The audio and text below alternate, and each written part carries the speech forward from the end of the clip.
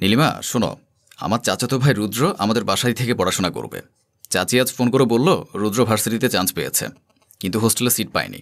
সেটা শুনে আমি চাচিকে বললাম থাক, তা নিয়ে চিন্তা করতে হবে না, রুদ্র আমাদের বাসায় থাকতে পারবে। কিন্তু তুমি সারাদিন অফিসে থাকবে, আমি বাসায় একা থাকি। রুদ্র এখানে থাকলে আমার কেমন একটা সংকোচ বোধ হবে। রুদ্র খুব ভালো ছেলে, তুমি তার ভাবি হও, তোমার দিকে সে চোখ তুলে তাকাবেও না, সেটা নিয়ে তোমার চিন্তা করতে হবে না। আমি তাকে ভালো করে বুঝিয়ে দেব। রুদ্র আমার নিজের মায়ের পেটের ভাইয়ের মতো, ছোটবেলায় তাকে আমি অনেক আদর করতাম। তুমি রুদ্রকে নিয়ে একদম ভাববে না, তার কারণে তোমার কোনো সমস্যা হবে না। ঠিক আছে, তুমি তাকে ভালোভাবে বুঝিয়ে দিও। আর আমি কেমন মেয়ে তুমি তো জানো। আমি জানি আমার বউটা অনেক ভালো, তাই তো আমি তাকে এত বিশ্বাস করি। যদি বিশ্বাস না করতাম তাহলে কি আমার ভাইকে এখানে থাকতে বলতাম? সাগরের মা বাবা ছোটবেলায় মারা যাবার পর সাগরের চাচা সাগরের দেখাশোনা করে। ছোটবেলায় সাগর আর রুদ্র একসঙ্গে বড় হয়। সাগর রুদ্রকে নিজের ভাইয়ের মতোই ভালোবাসে। রুদ্র হোস্টেলে সিট না পাওয়ায় সাগর রুদ্রকে তার বাসায় থাকতে বলে। রুদ্র এখানে থাকতে আসায় নীলিমা ততটা খুশি না হলেও মুখে কিছু প্রকাশ করল না। সাগর অফিসে চলে যায় সকাল 9টায় আর বাসায় ফিরে বিকেল 4:30। রুদ্র ভার্সিটিতে গেলেও দুপুরের পর ফিরে আসে। আজকেও দুপুরের পর ফিরে এসে রুদ্র নীলিমাকে বলে, ভাবি, এ দেখো তোমার জন্য কি নিয়ে এসেছি। আমি জানি মেয়েরা ফুচকা খুব পছন্দ করে, তাই নিয়ে আসলাম। না, আমি তেমন পছন্দ করি না। ভাবি, তুমি আমাকে এত এড়িয়ে চলো কেন? আমি যে তোমাদের এখানে থাকছি, তুমি এটা পছন্দ করছো না? আরে না না, তুমি আমাকে ভুল বুঝতেছ। আচ্ছা ঠিক আছে, তুমি যখন আমার জন্য ফুচকা নিয়ে এসেছো তাহলে দাও, আমি খাবো। এসো, তুমি আর আমি একসঙ্গে খাই। নীলিমা আর রুদ্র একসঙ্গে ফুচকা খাচ্ছে। হঠাৎ করেই রুদ্র নীলিমার মুখের কাছে ফুচকা নিয়ে বলল, ভাবি হা করো, আমি তোমার মুখে খাবার তুলে দেব। কি বলছো তুমি? কেন আমার মুখে তুলে দিবে? আমার কি হাত নেই? আমি তো আমার হাত দিয়েই খাচ্ছি।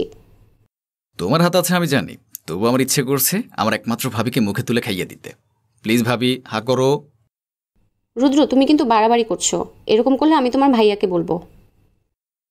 তোমাকে ভালোবেসে খাওয়াতে চাইলাম, আর তুমি আমার সাথে এরকম করলে। আসলে ভালোবাসার কোনো মূল্য নেই দুনিয়াতে। কিসের ভালোবাসা? এরকম কথা বলবে না, সাবধান করে দিচ্ছি। এই কারণেই সাগরকে বলেছিলাম প্রাপ্তবয়স্ক ছেলেকে বাসায় জায়গা দিও না, একা পেয়ে আমার সাথে অসভ্যতামি করবে। তুমি আমাকে ভুল বুঝতেছ, আমি তোমার সাথে কিছুই করছি না। সাগর বাসায় ফিরলে নীলিমা তাকে চা বানিয়ে দিল। সাগর চা খাচ্ছে। নীলিমা তার পাশে বসে বলল, রুদ্রকে বাসায় রাখা ঠিক হচ্ছে না। আমার খুব ভয় করে, কখন জানি কি হয়ে যায়। তুমি তাকে কোনো হোস্টেলে বা মেসে পাঠিয়ে দাও। কেন, কি হয়েছে? রুদ্রের হাবভাব আমার ভালো লাগে না। সে আমার দিকে কেমন করে তাকায়, কেমন করে যেন কথা বলে। আর আজকে কি করেছে জানো? ফুচকা নিয়ে এসেছে। ফুচকা আমাকে মুখে তুলে খাইয়ে দিতে চায়। কেন, আমার কি হাত নেই? সে আমাকে কেন মুখে তুলে খাইয়ে দিতে চাইবে? যখন আমি খেতে চাইলাম না তখন বলে, ভাবি তোমাকে ভালোবেসে খাওয়াতে চাই, কেন খাচ্ছ না? তুমিই বলো এগুলো কী রকম কথা? তো এটা কি হয়েছে? সে তোমার দেবর হয়, ফান করে বলতেই পারে ভাবি তোমাকে ভালোবেসে খাওয়াতে চাই। এটার জন্য তুমি তাকে বাসা থেকে তাড়িয়ে দিতে চাচ্ছ? আসলে প্রথম থেকেই তুমি চাইছিলে তাকে যেন এখানে থাকতে না দেয়। তোমার প্রবলেমটা কি? সাগর আমার ভাই বলে তাকে তোমার হিংসা হচ্ছে, তাই না? হিংসা না। তুমি কেন আমাকে বুঝতে চাচ্ছ না? রুদ্র ছোট বাচ্চা নয়, সে কিন্তু প্রাপ্তবয়স্ক। তার আকার ইঙ্গিত অন্য রকম। দেখবে কখন কি করে বসে। তার কারণ আমি সারাক্ষণ ভয়ে ভয়ে থাকি। এটা তোমার ভুল ধারণা। তুমি মনে মনে তাকে ভয় পাও, তাই তাকে নিয়ে তোমার মনে ভীতির সৃষ্টি হয়েছে। তাকে তুমি তোমার ছোট ভাই মনে করবে, তাহলে দেখবে তোমার মনের ভয়টা কেটে যাবে। নীলিমার কোনো কথা সাগর গুরুত্ব দিল না। সাগর যখন বাসায় না থাকে নীলিমা সারাক্ষণ ভয়ে ভয়ে থাকে। আর সে খেয়াল করে রুদ্র তাকে আড়াল থেকে চুপি চুপি দেখে, তার শরীরের দিকে কিভাবে তাকায়। এটা সে সাগরকে বোঝাতে পারে না। দুপুরে রান্না করছিল নীলিমা। কাঁধে হাতের স্পর্শ পেয়ে নীলিমা পিছনের দিকে তাকায়। তাড়াতাড়ি হাত ছড়িয়ে নেয় রুদ্র। নীলিমা তখন বলে ওঠে, রুদ্র তুমি এখানে? তুমি কি আমাকে স্পর্শ করেছো? হ্যাঁ ভাবি, তুমি কাজে এতই মনোযোগ দিয়েছিলে, আমি পেছনে এসে দাঁড়িয়েছি, তুমি বুঝতেই পারোনি। তুমি এখানে এসেছো কেন? যাও তোমার রুমে যাও। একা একা ভালো লাগছিল না, ভাবলাম তুমি রান্না করছো, আমি তোমার পাশে দাঁড়িয়ে গল্প করি। তোমার সাথে গল্প করার কোনো ইচ্ছে আমার নেই। তুমি যাও এখান থেকে। তুমি সবসময় আমার সাথে খারাপ আচরণ কেন করো? আমি কি এমন দোষ করেছি বলো তো? তুমি কোনো দোষ করনি, কিন্তু তুমি আমার কাছে কম আসবে এবং কম কথা বলবে, তাহলে আমি খুশি হব। ভাবি সত্যি বলছি, তোমাকে আমার খুব পছন্দ। যেদিন থেকে তোমাকে দেখেছিলাম সেদিন থেকেই তোমাকে আমার পছন্দ হয়েছে। বলবো বলবো করে আর বলা হচ্ছে না। রুদ্র, আমার হাত ছাড়ো। তোমার সাহস কিভাবে হলো আমার হাতে ধরার? দেখো আমার সহ্যের সীমা কিন্তু অতিক্রম করে ফেলেছ। রাগ করো কেন? ভাইয়া সারাদিন বাসায় থাকে না। তুমি যদি আমার সাথে কিছু করো, ভাইয়া কি জানবে নাকি? সে কিন্তু আমাকে অনেক বিশ্বাস করে, তাই তোমার সাথে কিছু করলে সন্দেহ করবে না। প্লিজ ভাবি, তুমি রাজি হয়ে যাও। ভয় পেও না, ভাইয়া কখনো কিছু জানবেই না। অসভ্য, তোকে বিশ্বাস করে বাসায় থাকতে দিয়েছে বলেই তুই আমার সঙ্গে যা ইচ্ছা তাই করবি? আজকে সাগর বাসায় আসুক, সে যদি বিশ্বাস না করে তোর চরিত্র এমন খারাপ, তাহলে আমিই বাসা থেকে চলে যাব। রুদ্র থাপ্পড় খেয়ে কিচেন থেকে চলে আসলো। রুমে এসে পায়চারি করছে আর ভাবছে, ভাবি যদি ভাইয়াকে বলে দেয়, তাহলে ভাইয়া আমাকে এখান থেকে আজকেই তাড়িয়ে দেবে। কিছু না করেও আমি অপরাধী হয়ে এখান থেকে কেন চলে যাব? যদি অপরাধী হতে হয়, কিছু একটা করে তারপর অপরাধী হব। যেভাবে হোক ভাবিকে মানাতে হবে, যেন ভাইয়াকে কিছু না বলে। নীলিমার মন ভীষণ খারাপ রুদ্রের এই আচরণ। সে মেনে নিতে পারছে না রুদ্র তার সাথে এতটা খারাপ আচরণ করতে পারে কিভাবে। এমনটা ভেবে কান্না পাচ্ছে নীলিমার। রুদ্র আবার নীলিমার সামনে এসে বলল, ভাবি, আমি খুবই দুঃখিত। হঠাৎ করে কি যে হয়ে গেল, তাই তোমার সাথে এরকম ব্যবহার করে ফেলেছে। আমাকে মাফ করে দাও, আর কখনো তোমার সাথে এরকম করবো না। তুমি ভাইয়াকে কিছু বলো না, প্লিজ ভাবি। তোমার ভাই তোমাকে বিশ্বাস করে এই বাসায় থাকতে দিয়েছে, তোমাকে নিজের ছোট ভাই মনে করে এতটা বিশ্বাস করলো, আর তুমি তার বিশ্বাসের অমর্যাদা করেছো। আমাকে তো তোমার ভাইয়ের কাছে বলতেই হবে তোমার আজকের এই নোংরা আচরণের কথা। প্লিজ ভাবি, আমাকে ক্ষমা করে দাও। ভাইয়াকে বলো না, তোমাকে কথা দিলাম আর কখনো এমন হবে না, প্লিজ।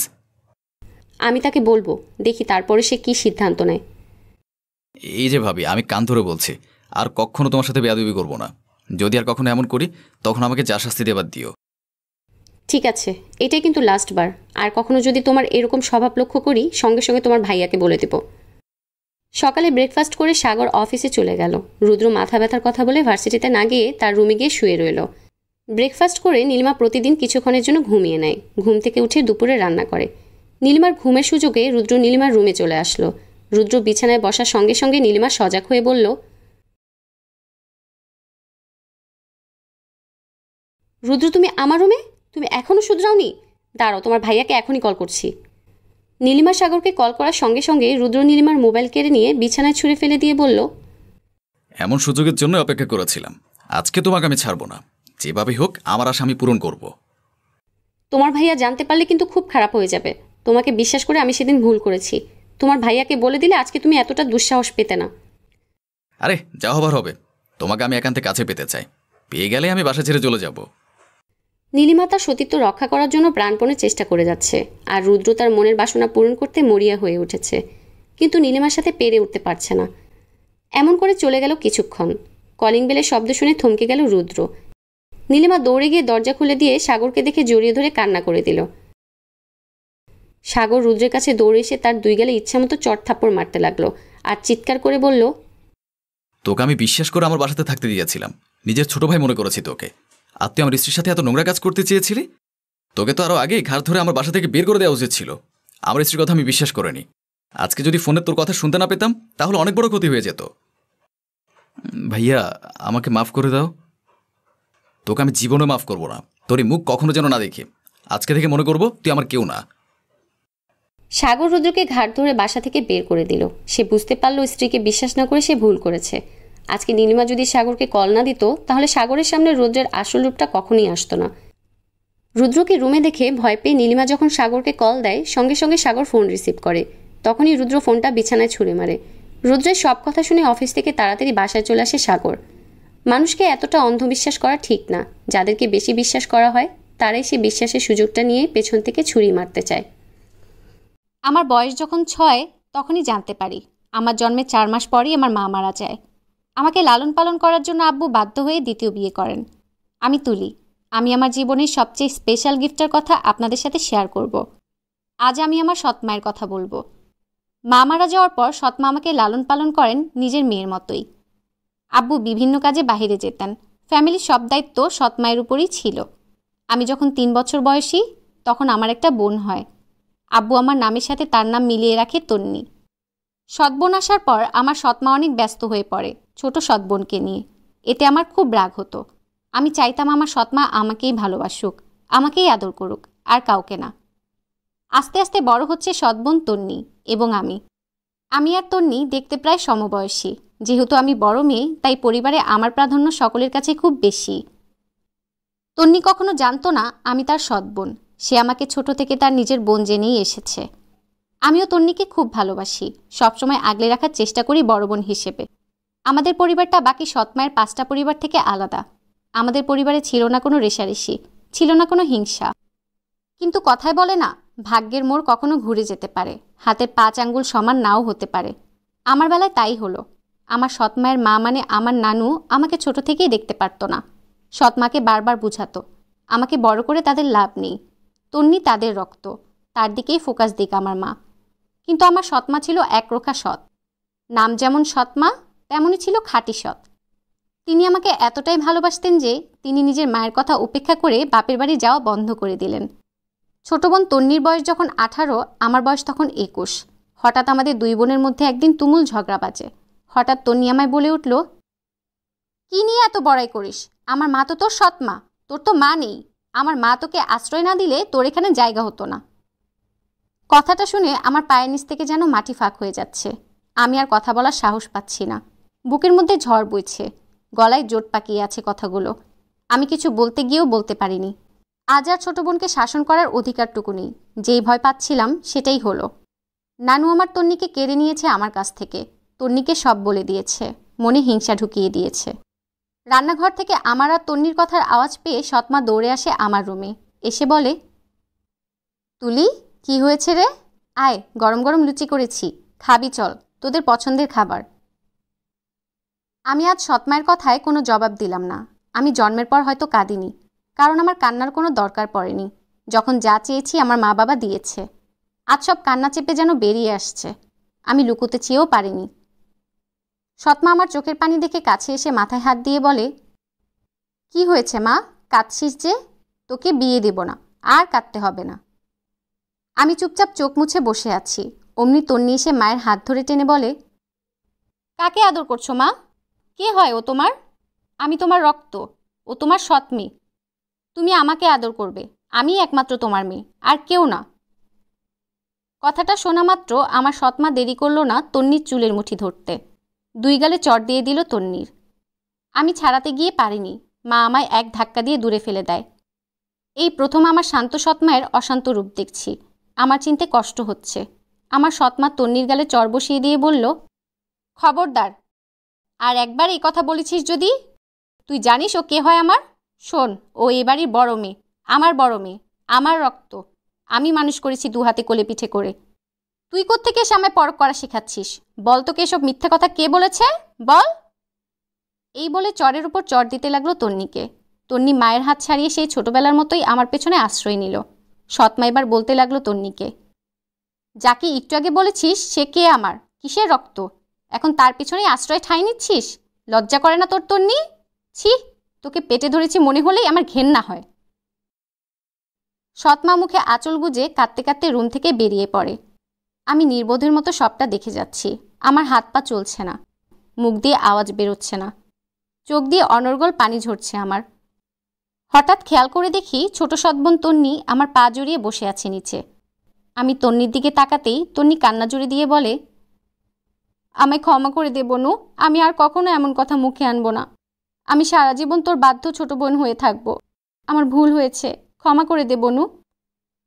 আমি তন্নির দিকে তাকিয়ে মুচকি হাসি দিতেই তন্নি জড়িয়ে ধরে কান্না শুরু করে দেয়। মেয়েটা বড্ড অগোছালো পাগলি। সহজেই হুট করে মনে যা আসে বলে দিয়ে আবার নিজেই পস্তাতে শুরু করে। আস্তে আস্তে আমার তন্নি আগের সেই পিচ্চিতনি হয়ে ওঠে।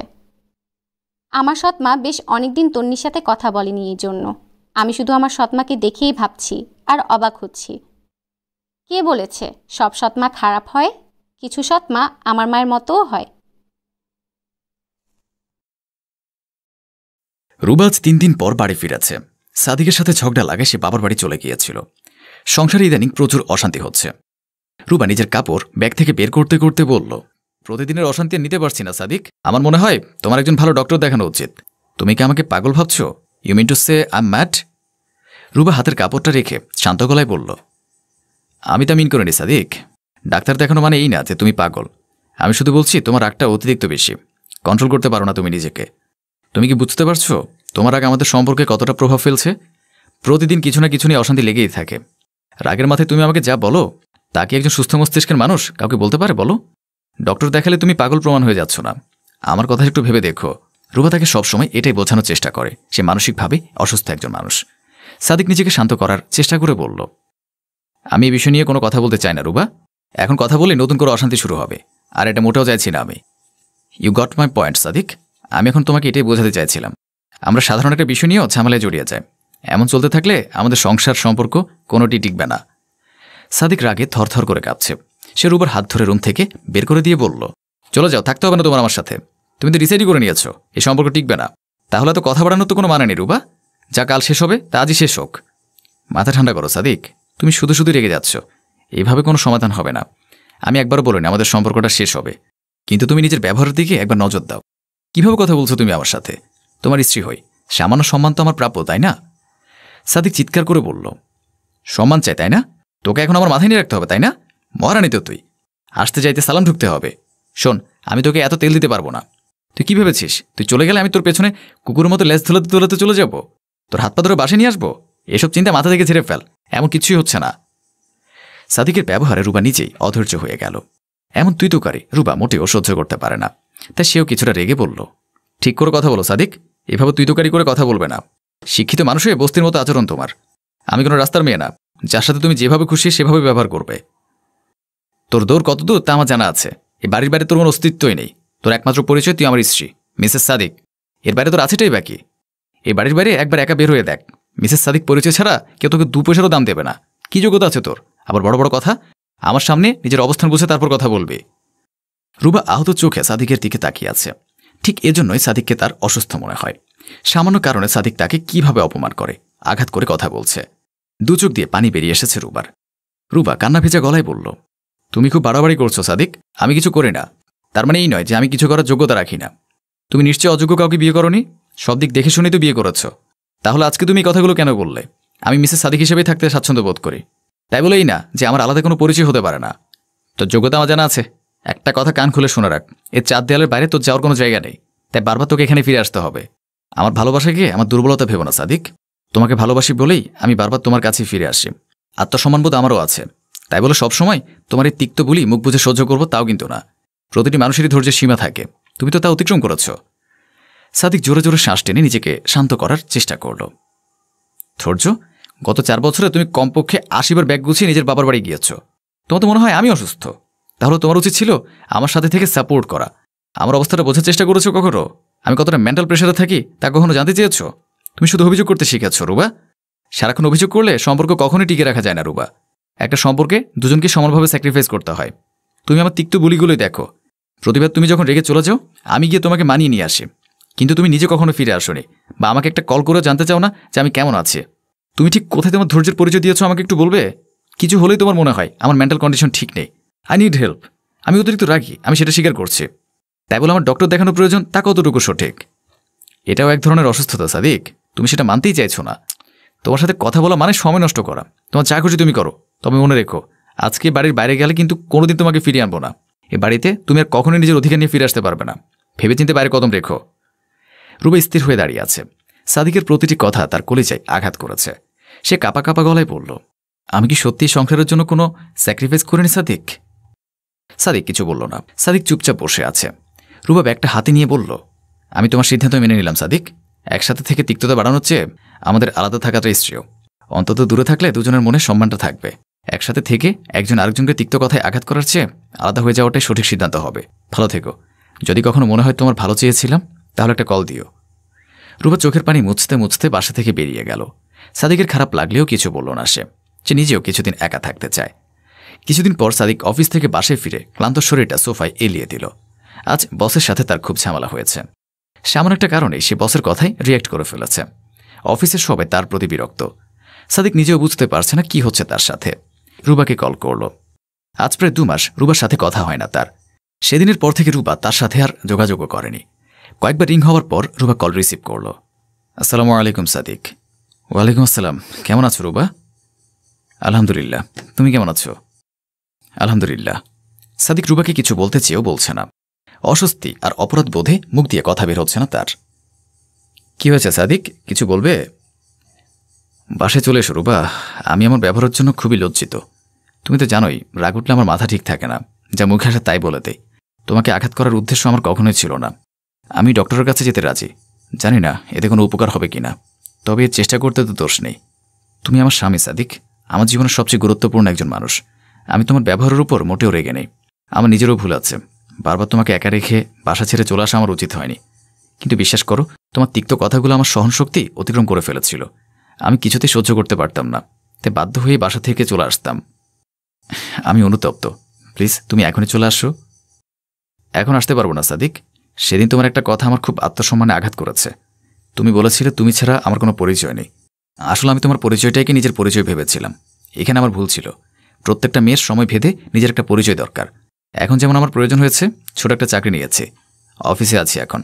নিজের যোগ্যতা প্রমাণ করার একটা সুযোগ পেয়েছে, হাতছাড়া করতে চাই না। অফিস শেষ করে ফিরতে ফিরতে রাত হবে। চিন্তা করো না, আমি কাল চলে আসব। সাদিক নিচু গলায় বলল। আমি কথাগুলো মন থেকে বলিনি রুবা। রুবা মুচকি হাসল। আমি জানি তুমি মন থেকে বলনি, তবে আমার মনে লেগেছিল। আমিও নিজের একটা পরিচয়ের অভাব বোধ করেছি। তবে এখন আমার কাছে ফার্স্ট প্রায়োরিটি তুমি। আমার পরিচয় মিসেস সাদিককে নিয়ে আমার কোনো দ্বিধা নেই। আমি এই পরিচয়ে খুশি। তবে আলাদা যদি কিছু হয় তবে মন্দ কি? আমি অপেক্ষা করব। রুবি মুচকি হেসে কল কেটে দিল। সে জানত সাদিক তাকে কল করবে। সংসারে অনেক মনোমালিন্য হবে, তাই বলে অল্পতে সম্পর্ক ছিন্ন করা বোকামি ছাড়া কিছুই নয়।